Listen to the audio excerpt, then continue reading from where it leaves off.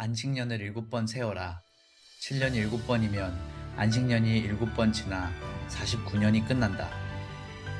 일곱째 달 여름날은 속죄일이니 너희는 꿀나파를 크게 불어라. 나파를 불어 너희가 사는 온 땅에 울려 퍼지게 하여라.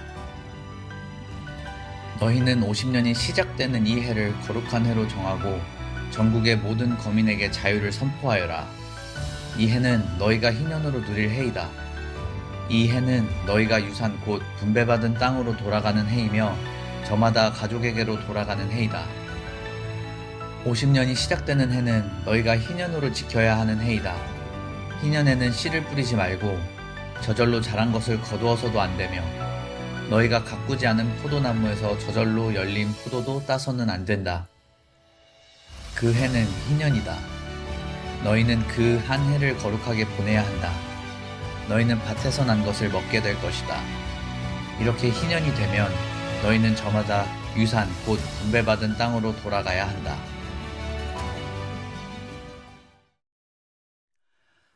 여러분 반갑습니다. 저는 박수 안 쳐주시나요?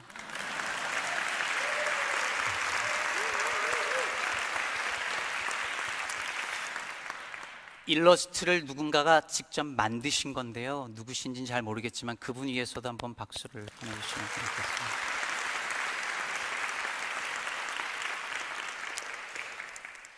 본문 한 구절 더 읽고 시작하겠습니다. 레위기 25장 23절입니다. 땅을 아주 팔지는 못한다. 땅은 나의 것이다. 너희는 다만 나그네이며 나에게 와서 사는 임시 거주자일 뿐이다. 여러분 영화 인셉션 보셨나요? 너무 유명한 영화라서 아마 대부분 보셨으리라 생각합니다. 이 영화에 누군가의 꿈속에 들어가서 생각을 훔쳐내는 코브라는 요원이 등장하죠. 디카프리오가 열연했었습니다. 근데 이 코브가 피셔라는 인물의 꿈속에 들어가서 생각을 빼내는 것이 아니라 생각을 집어넣는 인셉션 작전을 시도합니다. 이 영화에 아주 유명한 대사가 나오죠. 제가 시작하자마자 목이 마른데 여러분이 대신 읽어주시겠어요? 시작.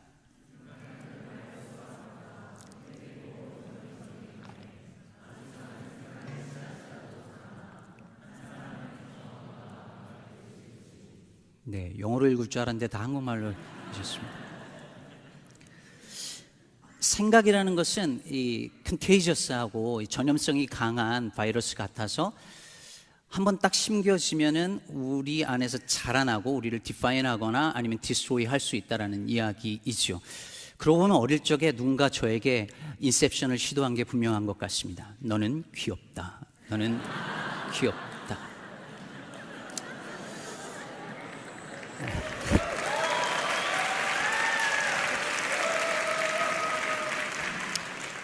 한 가지 더 이야기를 해보겠습니다.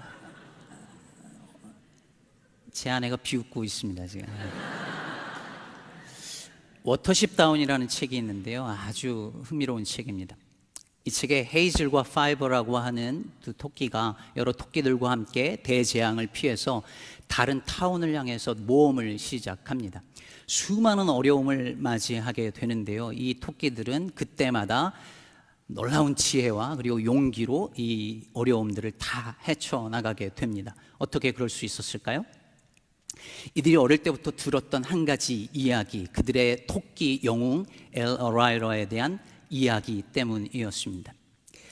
이들의 신화에 의하면 프리스라는 신이 있었는데 이 신이 그들의 영웅 엘 어라이러에게 복을 주는데 어떤 복을 주냐면 적을 교란시키는 꼬리와 그리고 적보다 빨리 달릴 수 있는 다리와 그리고 그들의 약삭 빠르고 꾀가 많은 자가 되게 해주겠다 하고 그렇게 만들어주는 그런 이야기입니다. 이야기를 어릴 적부터 들었던 이 토끼들은 어떤 상황이 와도 그 이야기를 기억해냈고 두려워하지 않고 모험을 지속해 낼 수 있었다는 그런 이야기입니다. 영화 인셉션과 워터십 다운은 어떤 면에서 비슷한 주제를 가지고 있습니다. 그것은 우리 마음속에 심겨진 이야기가 얼마나 힘이 센가라고 하는 것입니다.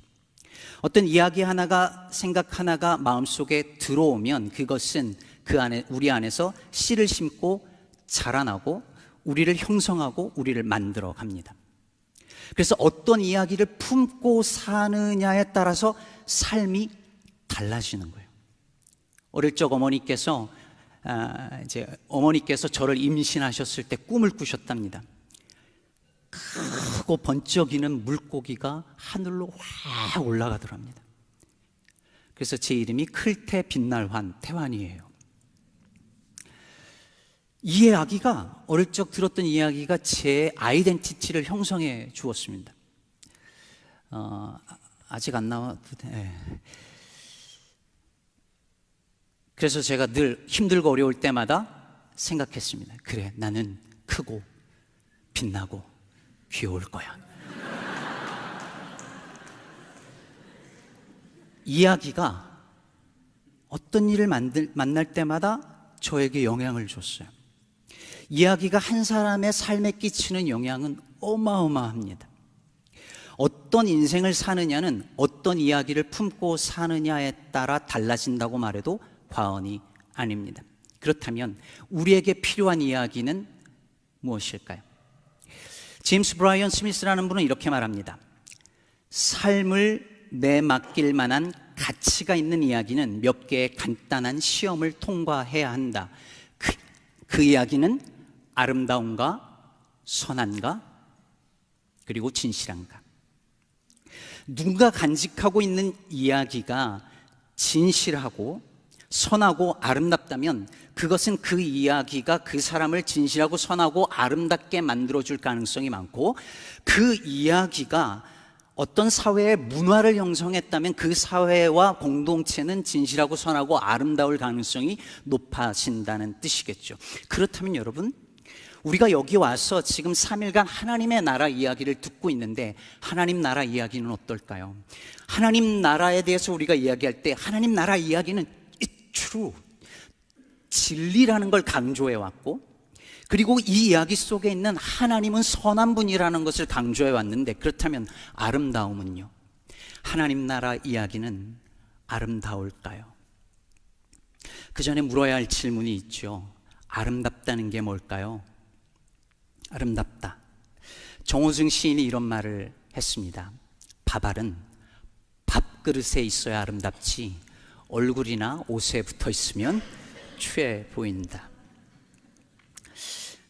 해석에 따라 다를 수 있지만 이 무슨 말을 하고 싶은 거냐면, 뭐든지 있어야 할 자리에 있어야 그것이 아름답다는 말이죠. 본래 우리말에 아름답다라고 할 때 이 아름이라는 말이 원래 예전에는 나라는 뜻이었다는 말이 있습니다. 그러니 아름답다는 나답다는 것이죠.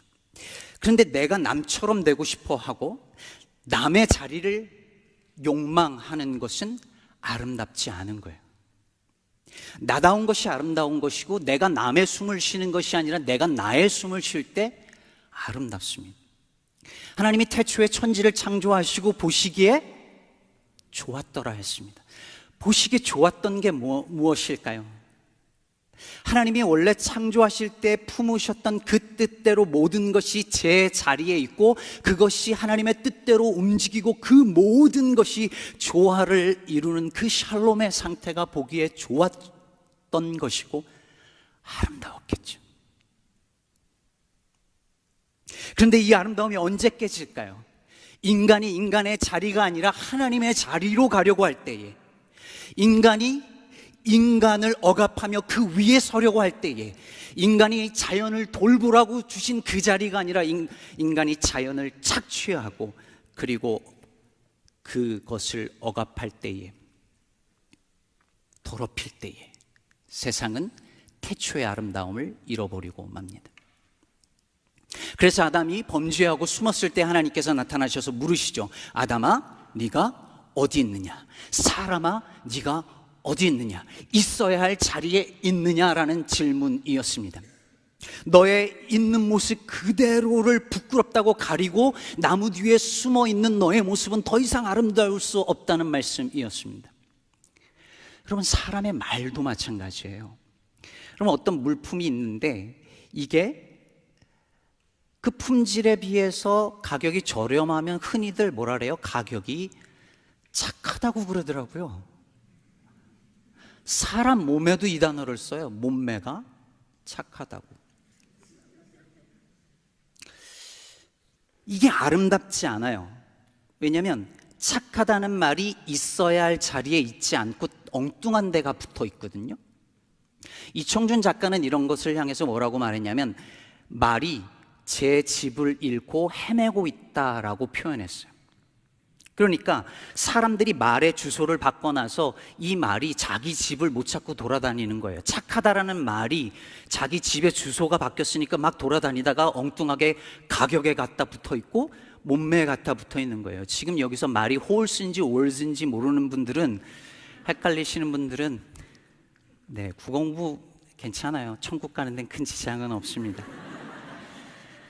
착하다는 말이 주소를 잃고 막 돌아다니는데 이게 제자리로 돌아와야죠. 있어야 할 자리로 이 말이 돌아와야 돼요. 그러면 그 말이 아름다워져요.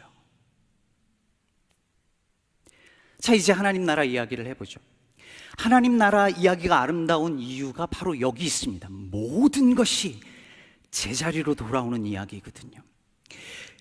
본래 있어야 할 자리를 잃어버린 것들을 하나님께서 마땅히 있어야 할 그 자리로 돌아가게 하시는 이야기가 하나님 나라 이야기입니다. 그리고 이 하나님 나라의 이야기의 아름다움을 가장 강력하게, 가장 레디컬한 방식으로 가장 아름답게 그려내는 이야기가 성경에서 오늘 본문 레위기 25장에 나오는 바로 희년 이야기입니다. 이제 제게 어려운 미션이 주어졌습니다. 희년이 뭔지를 설명해야 되는데, 희년이 뭔지 아시는 분? 네? 그게 누구냐고요? 네, 그 어떤 분이 이게 나쁜 말 아니냐고 그러는데 나쁜 말 아닙니다. 재작년에 몇 년 전에 여기 우리 김희년 형제 왔었는데 이번에 안 왔죠? 네, 그 형제가 왔어야지 이 설교가 빛이 나는데 아쉽습니다. 잠깐 희년에 대해서 설명을 해볼게요. 이스라엘 백성들은 7년에 매 7년마다 안식년을 지켜야 했습니다. 근데 이 안식년은 사람이 쉬는 게 아니라 원래 사실은 땅이 쉬는 거예요. 사람이 7일에 한 번 안식일에 쉬는 것처럼 땅은 7년에 한 번 1년간 쉬도록 하셨어요. 그래서 이 안식년이 되면 땅에는 아무것도 심지도 말고, 그러니까 경작하거나 거둘 수 없게 하셨습니다. 코로나 기간에 사람들이 일을 멈추고 공장이 돌아가지 않으니까 어떤 일이 일어났었습니까? 일시적이지만 망가진 땅이 회복되고 강이 회복되고 나갔던 동물들이 돌아오는 일들이 일어났죠. 그걸 하라는 거예요. 그런데 이 안식년을 7번 하면 그럼 몇 년이죠? 77에 49년. 그리고 그 다음 해에 50년이 되면, 그 50년이 되는 그 해에 하나님께서 오늘 본문에서 말한 것처럼 7월 10일 속죄일에 뿔나팔을 크게 불라라고 하십니다. 이 뿔나팔이 히브리어로 요벨이고, 이 요벨이라는 말에서 희년을 뜻하는 영어 단어 주빌리가 나왔죠. 그러면 희년이 되면 뭘 해야 했을까요? 크게 두 가지를 해야 했습니다. 첫 번째는 노예를 해방시키는 일이었습니다. 10절을 다시 보실까요? 너희는 50년이 시작되는 이 해를 거룩한 해로 정하고 전국의 모든 거민에게 자유를 선포하여라. 이 해는 너희가 희년으로 누릴 해이다. 이 해는 너희가 유산 곧 분배받은 땅으로 돌아가는 해이며 저마다 가족에게로 돌아가는 해이다. 돌아가는 해이다. 어떤 사람이 살다가 너무 가난해져서 빚을 지거나 아니면 어떻게 해결할 수 없어서 자기 땅을 팔거나 아니면 스스로 종이 되어 노예가 되어 누군가에게 팔려가서 일을 하며 살게 됩니다. 그런데 희년이 되면 그 사람은 빚을 다 갚지 못했을지라도 노예 신분에서 해방이 돼서 자기 땅으로 자기 가족에게로 다시 돌아갈 수 있게 되는 거예요. 어제 부른 찬양처럼 I'm no longer a slave to fear. I am a child of God. 찬양 부르면서 돌아가는 거예요. 얼마나 감격스러웠을까요? 근데 여러분, 이게 다가 아니에요. 한 가지가 더 있었는데, 사람만 돌아가는 것이 아니라 땅도 돌아갔습니다. 23절을 다시 보겠습니다. 이번엔 같이 한번 읽어볼게요. 땅을 아주 팔지는 못한다. 땅은 나의 것이다. 너희는 다만 나그네이며 나에게 와서 사는 임시 거주자일 뿐이다. 오늘날 우리는 땅을 사고 파는 것이 당연한 일이라고 생각하죠. 그래서 많은 땅을 가지고 있으면, 내 소유로 땅이 많으면 대대손손 부자로 살아가는 것이 당연하지만, 그래서 조물주 위에 건물주라는 말도 있지만, 하나님의 생각은 달랐습니다. 이스라엘 백성들도 땅을 사거나 팔 수 있었어요. 그러나 영원히 아주 팔거나 아주 살 수는 없었습니다. 왜 그렇습니까? 땅은 하나님의 것이기 때문이었습니다. 그래서 어쩔 수 없이 땅을 팔 수밖에 없는 그 삶의 지경에 이르렀을지라도 매 50년이 되면, 즉 희년이 되면, 땅은 원래 그 땅을 분배받았던 이들에게로 돌아갔습니다. 땅이 누군가의 영원한 소유물이 될 수 없게 하신 것이었죠. 예전에 시인과 촌장이라고 하는 포크밴드가 있었어요. 혹시 아시는 분? 네, 손 드신 분들은 경로 우대를 해드려야 되는 분들. 이 시인과 촌장이 부른 노래 중에 풍경이라는 노래가 있었어요. 가사가 이렇습니다. 세상 풍경 중에서 제일 아름다운 풍경, 모든 것들이 제자리로 돌아간 풍경. 희년이 되면 세상 풍경 중에서 제일 아름다운 풍경이 펼쳐집니다. 사람이 마땅히 있어야 할 자리를 떠나서 자신의 인간됨을 잃어버리고 누군가의 노예로 살아가던 그 사람이 자기의 고향 땅으로, 자기의 가족에게로 돌아갑니다. 너무 살기 힘들어서 하나님이 주신 땅을 팔았을지라도 희년이 되면 그 땅을 돌려받습니다. 땅이 제자리로 돌아갑니다. 사람도 땅도 동물도 식물도 모든 것이 제자리로 돌아가는 세상에서 가장 아름다운 풍경이 나팔 소리와 함께 펼쳐집니다. 얼마나 아름다웠을까요? 제가 어릴 적에 부잣집 아이였습니다. 딱 봐도 그렇잖아요. 그랬는데 제가 초등학교 4학년 때 저희 아버지가 사업을 하시다가 부도가 나서 뱅크럽이 돼서 하루아침에 쫄딱 망했습니다. 2층 양옥집에 정원 딸린 집에 기사 아저씨들이 몇 명이 있던 우리 집이 어느 날 갑자기 정말 하루아침에 단칸방 월세 신세를 지게 되었습니다. 사장님 소리 듣던 우리 아버지와 사모님 소리 듣던 저희 어머니께서는 그날로 삶의 나락으로 떨어지셨고, 그리고 도배 일을 시작하셨습니다. 도배 잘 모르시죠? 이렇게 벽지 바르는 일을 하십니다. 어머니는 도배 공구를 드셨고, 아버지도 들긴 들으셨는데 술병을 들고 맨날 사셨습니다. 근데 돌이켜 생각해 보니까 그때 제 아버지 나이가 고작 44이었습니다. 그 이후로 정말 열심히 사셨어요. 그런데 저희 아버지는 평생 다시 그때를 재기하지 못했고 돌아가시 전까지 정말 아픈 인생을 사셨습니다. 물론 그 과정에서 제가 예수를 만나고 많은 은혜를 받았지만, 만일 아버지에게, 제 아버지에게 그 평생의 빚을 청산할 수 있는 기회가 인생에 단 한 번이라도 있었더라면 어땠을까 우리 가족이? 라는 생각을 가끔씩 합니다. 어디 저희 가족뿐이겠습니까? 살다가 원치 않은 실패로 무너진 가정이 한둘이겠습니까? 인생의 바닥에 나락으로 떨어진 사람들이 한둘이겠습니까? 아무리 몸부림치면서 다시 시작해보려고 해도 이 사회는 그것을 인정해주고 밀어주지 않고 도와주지 않습니다. 예전에는 제 개천에서 용도 나고 그랬지만 요즘에는 그게 허락되지 않는 사회, 세상이지요. 부도 대물림되고 가난도 대물림됩니다. 아버지의 실패를 자식 때에 되돌리는 것이 거의 불가능한 시절이 되어가고 있습니다. 그런데 만일 어떤 사회에서 그것을 가능하게 해준다면 어떨까요? 어떤 공동체가 정말 인생의 바닥으로 내려간 그 사람을 다시 시작할 수 있도록 도와준다면 어떨까요? 도저히 갚을 수 없는 과거의 빚을 탕감해지고 다시 리셋해서 시작할 수 있도록 공동체가, 사회가 도와준다면 얼마나 좋을까요? 희년은 그것을 가능하게 만들어주는 사회적 제도였습니다. 여러분 생각해 보세요. 희년은 매 몇 년마다 돌아왔다고요? 50년이었습니다. 그 말은 거의 대부분의 사람들이 살아있는 동안에 적어도 한 번은 희년을 경험할 수 있다는 이야기가 됩니다. 이게 뭘 의미하겠습니까?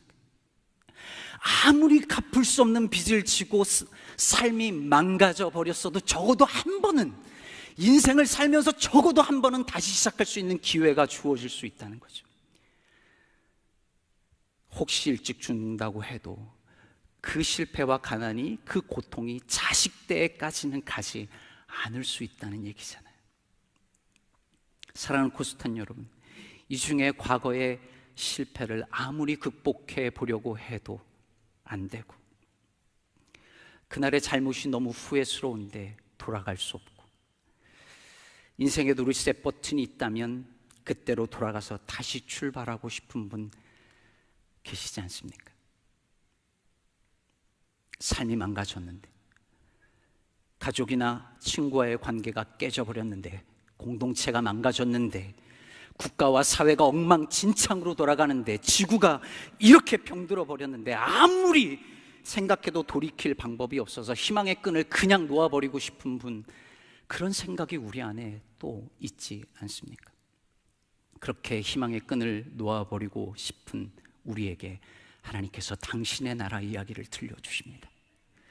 희년을 통해 보여주신 그 아름다운 이야기, 사람도 동물도 식물도 땅도 온 우주 만물도 하나님이 창조하셨던 그 본래 품으셨던 그 뜻, 그 자리, 그 모습, 본래의 아름다운 모습으로 돌아가게 하시는 이 아름다운 하나님 나라 이야기 말입니다. 사랑하는 여러분, 우리 주 예수 그리스도께서 오신 이유도 바로 여기에 있습니다. 예수님의 삶과 죽음과 부활을 통해 우리가 잃어버렸던 그 본래의 하나님의 영상을 회복시켜 주시며 우리가 떠났던 그 본래의 자리로 돌아가게 해주시기 위하여 예수께서 우리에게 찾아오셨습니다. 그래서 예수님의 취임 설교라 불리는 누가복음 4장에 보면은 예수께서 회당에 들어가셔서 이사야서의 한 부분을 읽으십니다. 주의 성령이 내게 임하셨으니 이는 가난한 자에게 복음을 전하게 하시려고 내게 기름을 부으시고 나를 보내사 포로된 자에게 자유를, 눈먼 자에게 다시 보게 함을 전파하며 눌린 자를 자유롭게 하고 주의 은혜의 해를 전파하게 하려 하심이라. 그리고 주님께서 이 말씀이 이루어졌다 하셨습니다. 즉 주의 은혜의 해, 신년을 선포하기 위해서 예수께서 오셨다라고 주님이 선언하셨습니다. 그러므로 죄로 인해 어그러지고 모든 것이 어긋나버린 세상을 돌이키시려는 하나님의 선교 이야기의 정점에 우리 주 예수 그리스도께서 계십니다. 예수께서 오셔서 온 세상 억눌리고 억압된 모든 이들을 해방시키시고 자유롭게 하시는 이 하나님 나라 이야기를 선하고 진실하고 아름다운 이야기로 만드십니다. 그래서 우리가 또 찬양하는 것입니다. What a beautiful name it is, the name of Jesus Christ, my King. 근데 여기 문제가 하나 있어요. 조금은 김 빠지는 소리일 수 있는데요, 학자들은 이스라엘 역사에서 희년이 실제로 실행된 적은 아마도 한 번도 없었을 거랍니다. 학자들은 늘 언제나 이렇게 우리를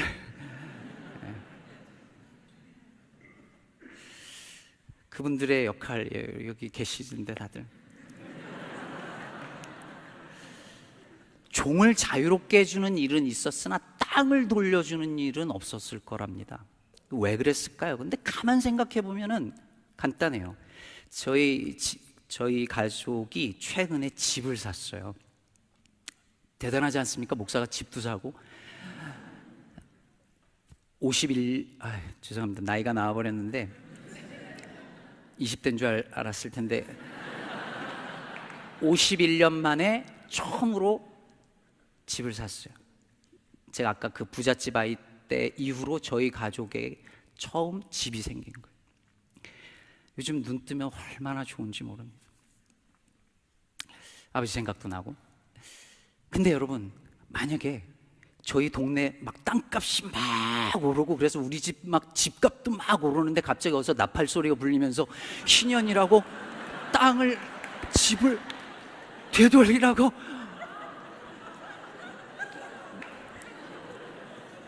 못하죠. 못합니다. 저 같은 사람도 그런데, 여러분, 부동산으로 땅이 어마어마하고 돈이 어마어마한 것들을 들어오는 사람이 그 나팔 불고 한다고 돌리킨다고 돌리키겠어요? 돌려주지 않죠, 여러분. 그래서 선지자들이 계속해서 희년을 지키지 않은 그들, 희년의 정신을 지키지 않은 이들을 향하여 강력하게 비판합니다. 이사야서 5장 8절은 말합니다. 가옥에 가옥을 이으며 전토에 전토를 다하여 빈틈이 없도록 하고 이 땅 가운데 홀로 거주하려 하는 자들은 화가 있다.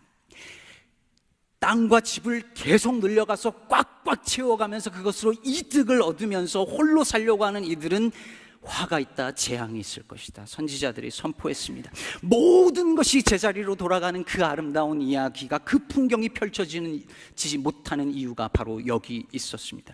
주께서 잠시 맡겨주신 것을 내 것이라고 움켜쥐고 놓지 못하는 그 사람들로 인하여서 이 풍경이 온전히 아름답게 그려지지 못했고 지금도 그런 것입니다. 바로 여기에 저와 여러분의 사명이 있습니다.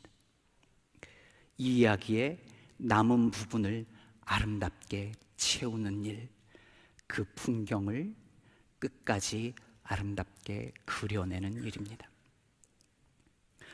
몇 년 전 마지막 인디코스타에서도 제가 했던 이야기인데요, 언젠가 라디오를 듣고 가다가 재밌는 사연을 하나 들었습니다. 퇴근 시간에 비가 막 갑자기 쏟아진 거예요. 사람들이 건물의 처마 밑으로 막 뛰어들었습니다. 근데 이미 거기 한 청년이 서 있었어요. 근데 할아버지 한 분이 이렇게 들어오신 거예요. 그래서 옆으로 이렇게 비켜드렸겠죠. 그랬더니 좀 이따 중년 아저씨가 들어와서 조금 또 비켜드리고, 아주머니 한 분이 들어오고 그래서 조금씩 비켜드렸는데, 멀뚱멀뚱 이렇게 비를 보고 있는데 갑자기 저쪽에서 뚱뚱한 아주머니가 탁 들어가지고 이 청년이 푹 이렇게 옆으로 밀려난 거야, 비 맞으면서. 그래서 너무 황당해가지고선 이렇게 쳐다보니까 사람들이 모른 척하고 비만 멀뚱멀뚱 보더랍니다. 그랬을 때 그 할아버지가 그 청년에게 이렇게 말했답니다. 젊은이, 세상이 다 그런 거야.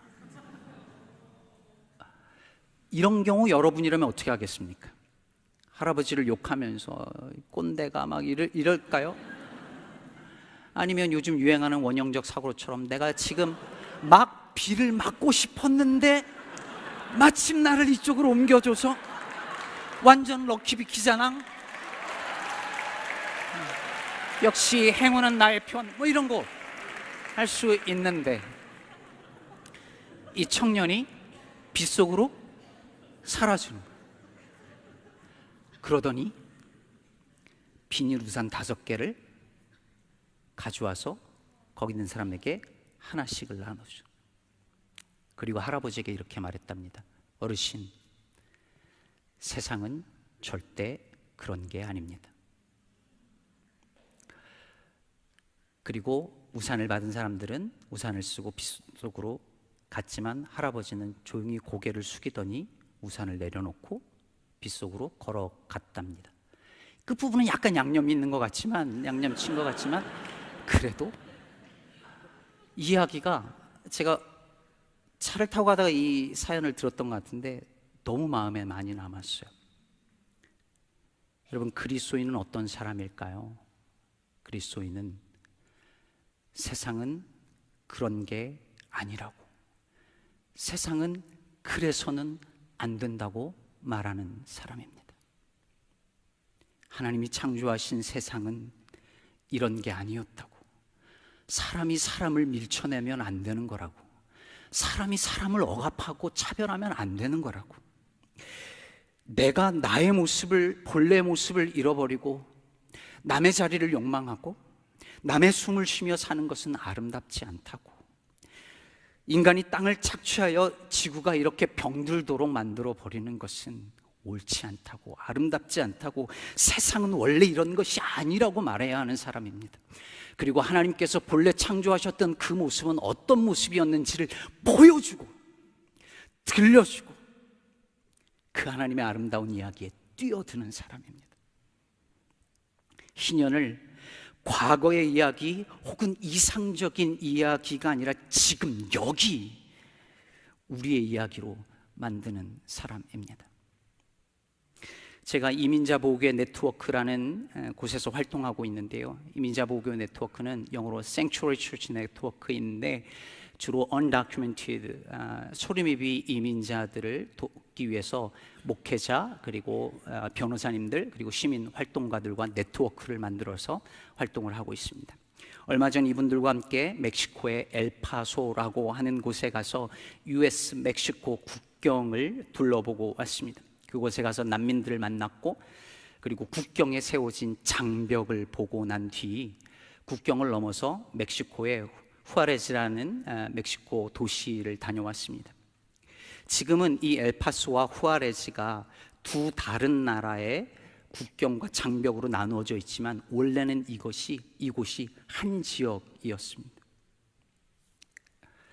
강을 끼고 리오그란데 강을 끼고 자유롭게 그곳을 넘나들던 사람들이 이제는 목숨을 걸어야 이곳으로 넘어올 수 있게 되었습니다.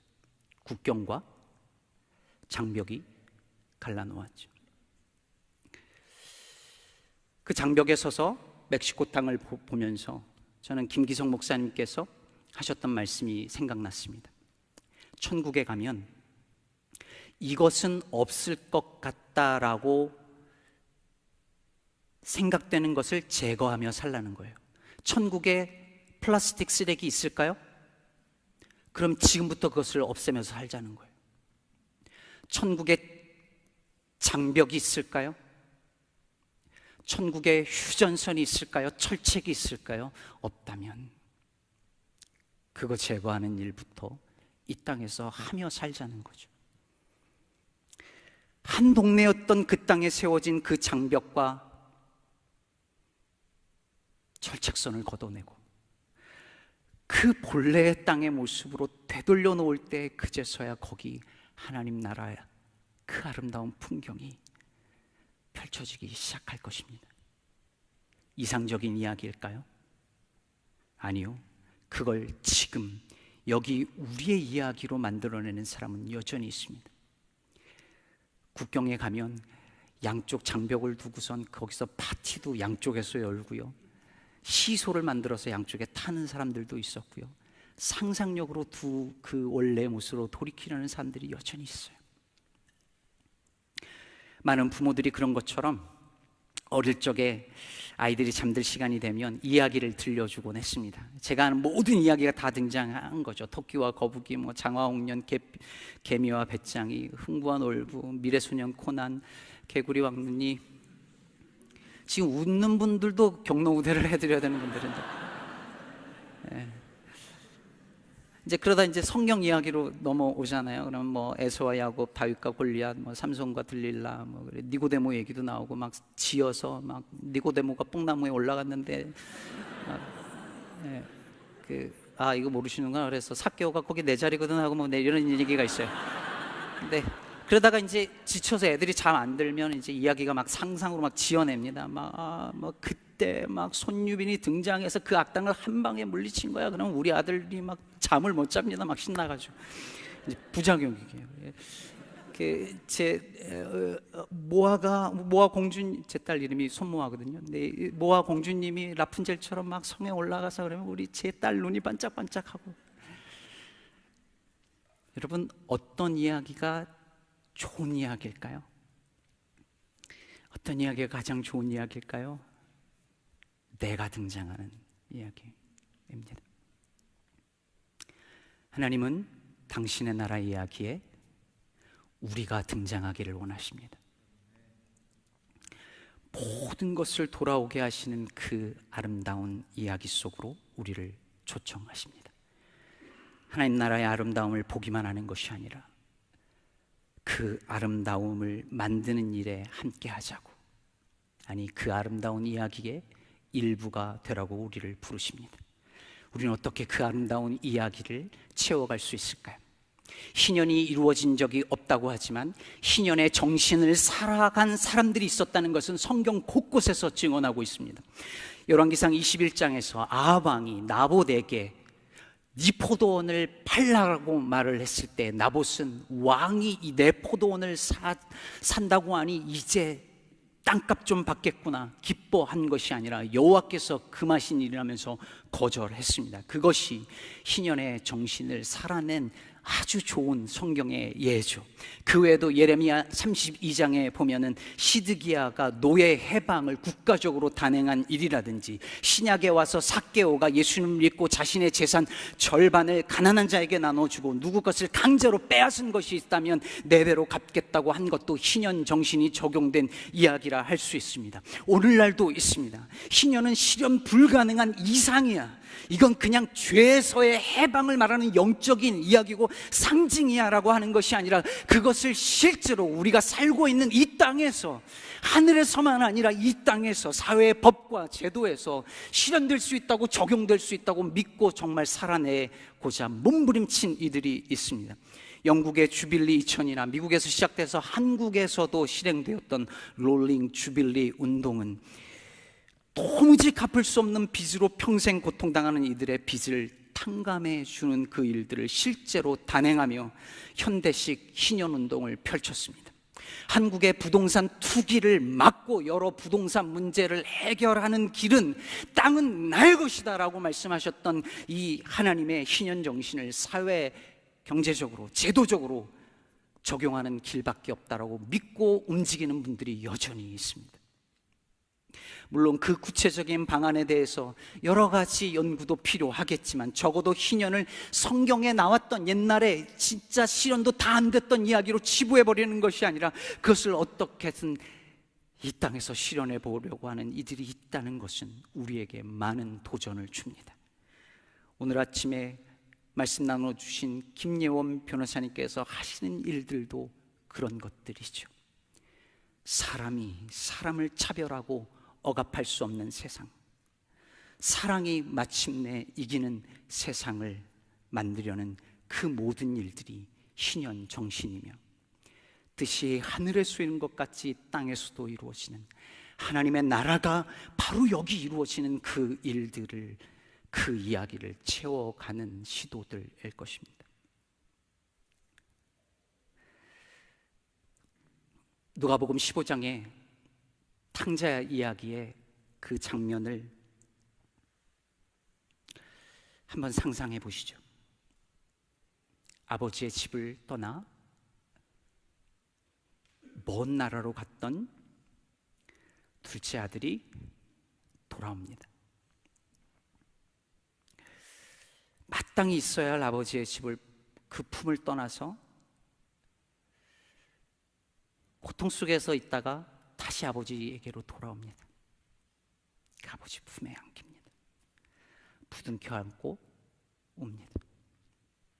그 풍경을 머릿속으로 한번 그려보세요. 얼마나 아름다운가요? 세상에서 제일 아름다운 풍경이죠. 이번 코스타에 참석한 코스탄 여러분 모두에게 이런 풍경이 펼쳐지길 바랍니다. 나 자신을 잃어버리고, 나의 숨을 잃어버리고, 나의 자리보다 타인의 자리를 욕망하고 내가 아닌 다른 누군가가 되려고 했던 그곳에서 돌이켜 마땅히 있어야 할 그 자리로, 마땅히 있어야 할 아버지의 품으로 돌아가는 은혜가 여러분들에게 있기를 바랍니다. 그런데 여러분, 이 탕자 이야기의 아름다움은 첫째 아들이 그 잔치 안으로 들어올 때 더 온전해지고 더 아름다워집니다. 왜 내 재산을 저런 인간을 위해 나눠줘야 합니까? 왜 내가 이 땅에서 학교 다니고 공부하면서 열심히 일해가지고 번 돈으로 저 사람들이 혜택을 받아야 합니까? 왜 내 땅을 돌려주어야 합니까? 왜 난민들이 이 땅에 와서 살아야 합니까? 라고 거절하는 것이 아니라 은혜로 받았으니, 이게 원래부터 내 것이 아니니, 이게 원래부터 내 땅이 아니니 나눔이 마땅하다고 함께 잔치에서 기뻐하는 이들을 통해 이야기는 진정 아름다워질 것입니다. 바로 그 일에 하나님께서 저와 여러분을 부르고 계십니다. 말씀을 맺겠습니다. 파커 팔머가 쓴 다시 집으로 가는 길이라는 책의 서문 첫 문단에 이런 글이 있습니다. 미국 대평원의 농부들은 눈보라가 다가올 조짐이 보이면 곧바로 뛰쳐나가 뒷문에서 헛간까지 밧줄을 맨다. 눈보라 때문에 뒷마당에서 집 안으로 들어가는 길을 잃고 헤매다가 얼어 죽은 사람들의 이야기를 해마다 들었기 때문이다.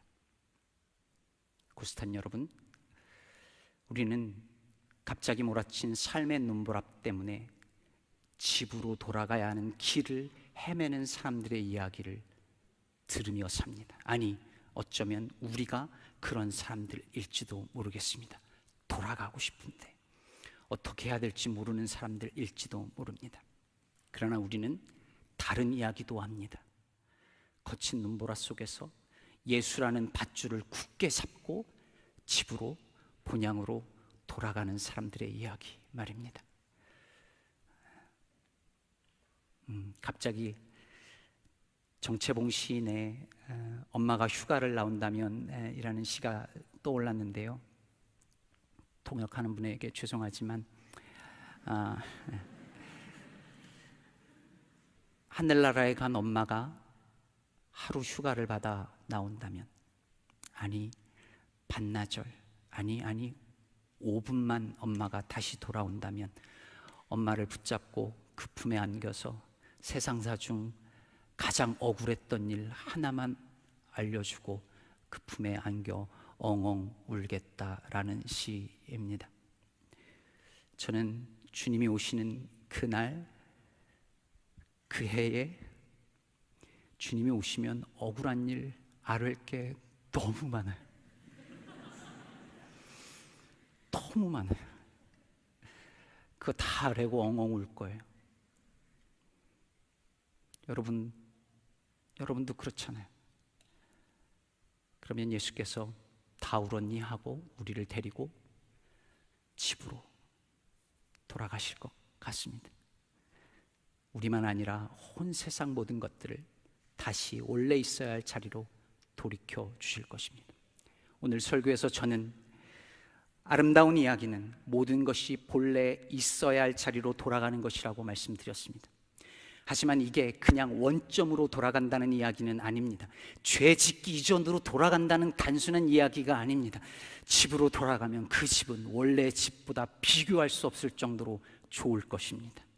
하나님 나라 이야기의 결말에서 우리는 그 완성된 하나님 나라의 선함과 진실함과 아름다움을, 모든 피조물이 함께 그 모든 것을 누리는, 그 샬롬을 누리는 새하늘과 새 땅을 마침내 보게 될 것입니다. 사랑과 진실이 제자리로 돌아와 눈을 맞추고 정의와 평화가 돌아와서 입을 맞추는 그 풍경을 보게 될 것입니다. 사랑하는 코스탄 여러분, 이 아름다운 이야기를 마음에 품고 사십시오. 우리가 모든 것을 돌이키시는 하나님 나라의 이야기를 품고 산다면 우리의 삶은 눈보라 속에서도 아름다울 것이며, 그런 여러분들로 인하여 여러분의 삶의 터전도, 이 땅도, 이 세상도 아름다워질 것입니다. 결국 아름다운 그 이야기가 세상을 구원할 것입니다.